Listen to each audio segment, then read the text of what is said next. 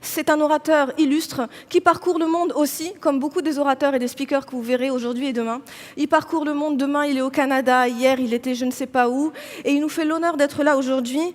Il s'appelle Éric Salobir, et Le Monde titrait un article sur lui qui disait « C'est le prêtre qui connecte le Vatican à la Silicon Valley ». Quand on dit ça, déjà, c'est intriguant. Il est le président d'Optique Technologie, qui est un think tank qui vise à faire le lien entre l'homme, les technologies, l'éthique. Il conseille de nombreux chefs d'entreprise, de grands industriels. Il est d'une grande modestie, il n'aime pas trop en parler. C'est un personnage unique de l'Église qui en a fait d'ailleurs son expert officiel en nouvelles technologies. Il incarne à lui seul les vertus de cette révolution que sont les nouvelles technologies et le numérique, à savoir dépasser les frontières, sortir de ces étiquettes et s'engager pour un monde meilleur. Je vous demande d'accueillir très chaleureusement Éric Salobir. Et pour la petite histoire, sur son compte Twitter, parce que bien sûr il est ultra connecté, il a un compte Twitter, il y a écrit « fan d'intelligence artificielle ». Il va nous en parler aujourd'hui. Monsieur Salobir, mon frère...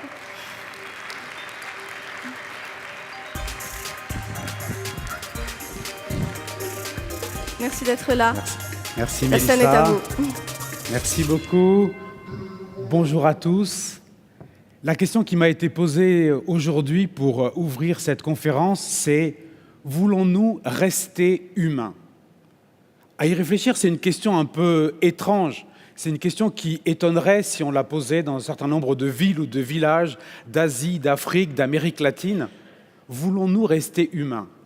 Et pourtant, nous sommes dans une société où on voit bien que les religions ont depuis longtemps été reléguées au magasin des accessoires devenus inutiles, pour reprendre les mots de Freud.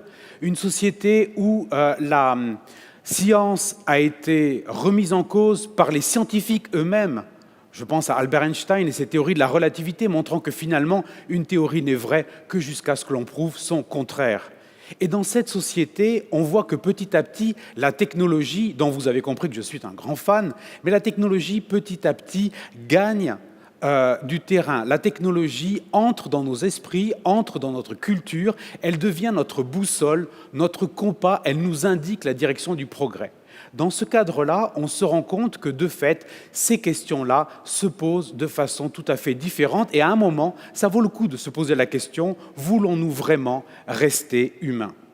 Et en fait, je pense que deux technologies nous aident ou nous poussent à nous poser cette question-là. La première, c'est l'intelligence artificielle. Alors vous en avez tous entendu parler, c'est une espèce de tarte à la crème, mais c'est vrai que même si le machine learning est, on va dire, encore incoatif, on se rend compte que cette technologie-là, comme les technologies qui nous entourent, sont des technologies qui font des miracles au sens où elles nous aident, où elles nous apportent concrètement un certain nombre de choses. Et ce que nous apporte l'intelligence artificielle, de façon paradoxale, c'est de nous créer une forme d'alter ego. Alors pour le moment, ce n'est pas encore le cas, on en est très loin, mais on voit bien que c'est ça l'objectif. Il n'est pas bon que l'homme soit seul, dit Dieu dans la tradition hébraïque, et de fait, on a de cesse de se créer un alter ego avec lequel on va pouvoir parler. Et même maintenant, alors qu'on est quand même très très loin de ça, se posent déjà des questions autour de ce qu'est l'intelligence, de ce qu'est notre intelligence humaine. Parce que finalement, qu'est-ce que la créativité quand on parle d'une machine ? Qu'est-ce que l'empathie ? Et le jour où cette machine commencera à avoir un minimum de vision sur le monde, quel type de vision, quelle image aura-t-elle de notre monde, quelle décision nous poussera-t-elle à prendre ? Donc ça, c'est la première technologie qui va un peu challenger notre façon d'être humain. La seconde technologie, c'est une technologie qui est encore plus disruptive, pour prendre un mot de mauvais français, c'est une technologie qui va encore plus challenger notre identité humaine, puisque c'est l'ensemble de toutes ces technologies d'augmentation de l'humain. Et ces technologies d'augmentation de l'humain, ce sont des technologies qui vont non seulement transformer notre esprit, notre corps, la façon dont on vit, et on le voit déjà, de façon extrêmement positive, puisque ça nous aide, ça nous répare, ça nous soigne. Mais à terme, l'idée, c'est aussi de nous transformer et de nous aider à nous transformer à titre personnel, mais aussi à titre collectif, à titre d'espèce. Et certains disent qu'on passe from chance to choice, d'une évolution subie à une évolution choisie. Et de fait, dans ce cas-là, on se rend compte que les technologies d'augmentation de l'humain vont non seulement changer la façon dont on est humain, vont changer notre humanité et au fond, à un moment, vont nous conduire à dépasser ou à nous égarer. Parce qu'au final, ce qu'on veut, et ce qui est au fond la source de toute difficulté, c'est qu'en fait, on se rend compte qu'on est mortel, on se rend compte qu'on est fini, et quelque part, toutes ces technologies-là, au final, aimeraient nous rendre immortels. Et donc la question, c'est à partir de là, est-ce qu'on essaie de mêler ce qui serait technologie d'un côté et puis spiritualité, voire religion de l'autre? C'est un peu ce qui nous est proposé par un certain nombre de courants qui viennent se greffer sur ces technologies. Alors on voit qu'elles sont encore très loin de nous donner tout ce qu'elles promettent. Et je pense que si vous utilisez le machine learning, vous voyez à quel point la machine est très douée pour reconnaître des formes, reconnaître des comportements, pas encore tellement pour être vraiment créative. Et en fait, on se rend compte que la stupidité naturelle est encore beaucoup plus puissante que l'intelligence artificielle. Et de même, on se rend compte qu'on n'arrête pas de parler d'étendre la durée de vie. Mais en fait, ce qu'on étend, c'est l'espérance de vie, c'est-à-dire qu'en fait, on évite aux gens de mourir de façon prématurée. Et donc, dans l'ensemble, on a l'impression que les gens vivent plus longtemps. Mais en fait, personne n'a vraiment dépassé Jeanne Calment. Et en fait, on se rend compte qu'étendre vraiment la durée de vie de l'espèce humaine, ça, c'est quelque chose de très compliqué. Alors, quitte à nous rendre immortels, là, on en est vraiment très, très loin. Voilà. Cela dit, moi, donc vous avez vu, je suis plutôt un fan de ces technologies. Ce qui me pose un problème, ce n'est pas tellement le fait qu'elles ne nous donnent pas encore ce qu'elles nous promettent. On sait très bien qu'on est toujours un peu obligé de vendre sur catalogue. C'est surtout qu'en fait, elles vont induire, souvent de façon inconsciente, un certain nombre de choses dans la façon dont nous pensons l'humain collectivement. Et au bout d'un moment, elles peuvent finir par en déstabiliser plus d'un. Et on se rend compte que, en fait, d'abord, c'est toujours difficile et toujours dangereux de vendre des rêves. Et on voit très facilement dans la presse, il y a des journalistes parmi vous, vous en apercevez forcément, assez facilement, on est tenté de dire que ces technologies, quelque part, elles vont un peu nous rendre tout puissants. Le problème, c'est qu'en fait, la toute-puissance, on ne l'a pas. Le risque zéro n'existe pas, l'immortalité, c'est pour le moment un rêve, et le danger de tout ça, c'est que plus on se sent tout-puissant, et plus dure sera la chute. Donc ça, c'est la première difficulté qu'on rencontre. Les difficultés suivantes, c'est qu'on se rend compte aussi qu'en touchant ce qu'est l'être humain, on va aussi toucher les différentes caractéristiques, les composantes de l'humanité. Et parmi ces composantes, il y en a une qui est importante, c'est celle de la diversité. En effet, la difficulté que nous avons, c'est que très souvent, on se rend compte qu'on a tendance à se guider, à vouloir aller vers un idéal et à couper un peu toutes les branches qui dépassent. Est-ce que nous voulons vraiment une société qui va petit à petit faire en sorte que l'on se ressemble tous, puisque nous ressemblerons tous à ce qu'on imagine de la perfection? Et alors la difficulté, elle est, on va dire, double. La première, c'est que, vous voyez, ça vous avez probablement ça en tête, pour un organisme vivant, pour perdurer dans l'existence, il y a deux façons. La première, c'est d'étendre sa durée de vie. La deuxième, c'est de se reproduire.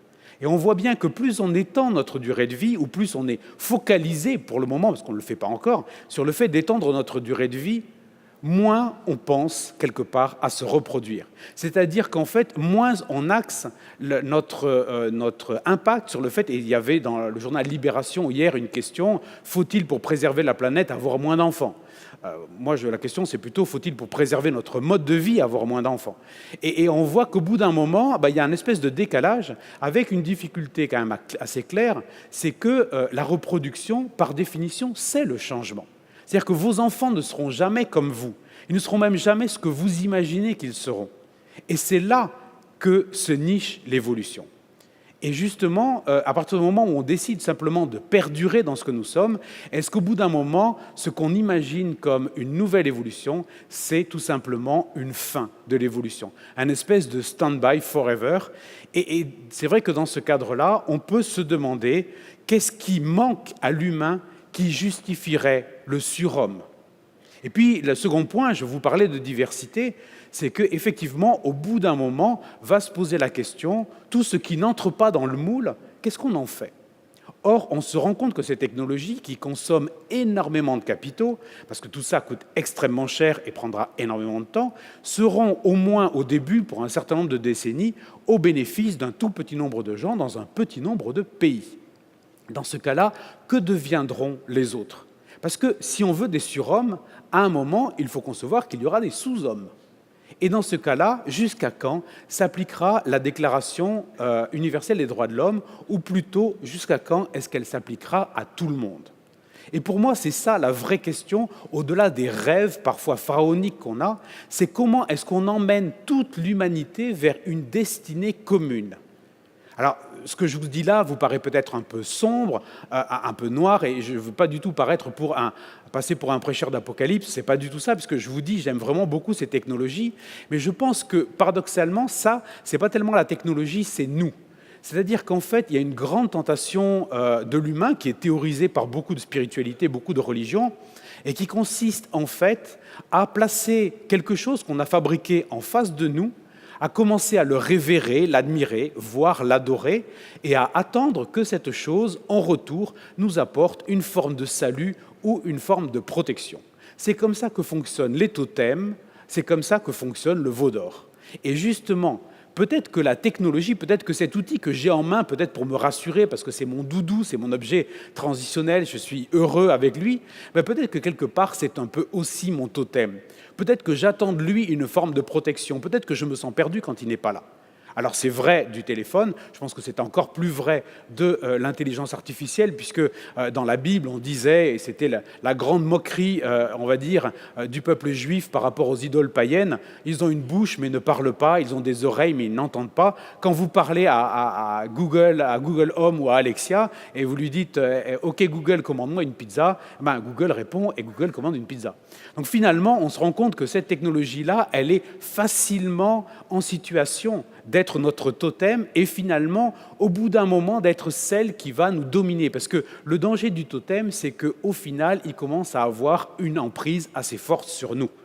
Et l'idée, c'est que dans ce cas-là, on perd le contact avec ce qu'est la réalité, on perd le contact et la capacité de décision, et on finit finalement par considérer que le progrès a sa propre voie et on se laisse entraîner par le progrès. Et là, je pense qu'il y a vraiment un danger dans ce qui est de notre, on va dire, destinée collective d'humains. Souvenons-nous de la question de départ, voulons-nous rester humains? Et face à ça, je poserai plutôt une autre approche de la technologie qui, moi, me paraît beaucoup plus féconde, qui est celle de considérer la technologie comme une icône, comme l'icône de quelque chose. Le principe d'une icône, et là vous en voyez quelques-unes, celle des églises comme celle des ordinateurs, c'est qu'en fait, elle ne présente pas se substituer à la réalité. L'icône, ce n'est pas le logiciel, c'est la porte d'entrée, c'est la fenêtre ouverte vers un autre monde. Et en considérant ces technologies qui ne sont pas de simples outils neutres, on le sait, qui sont toutes porteuses d'une intentionnalité, mais en les considérant comme des portes ouvertes vers un ailleurs, dans ces cas-là, on peut se focaliser non pas sur la technologie, mais sur l'ailleurs. Et cet ailleurs, à mon sens, si nous sommes humains ensemble, et là, il s'agit vraiment du vivre ensemble. Cet ailleurs, c'est cette destinée collective qui est la nôtre, c'est ce projet de société.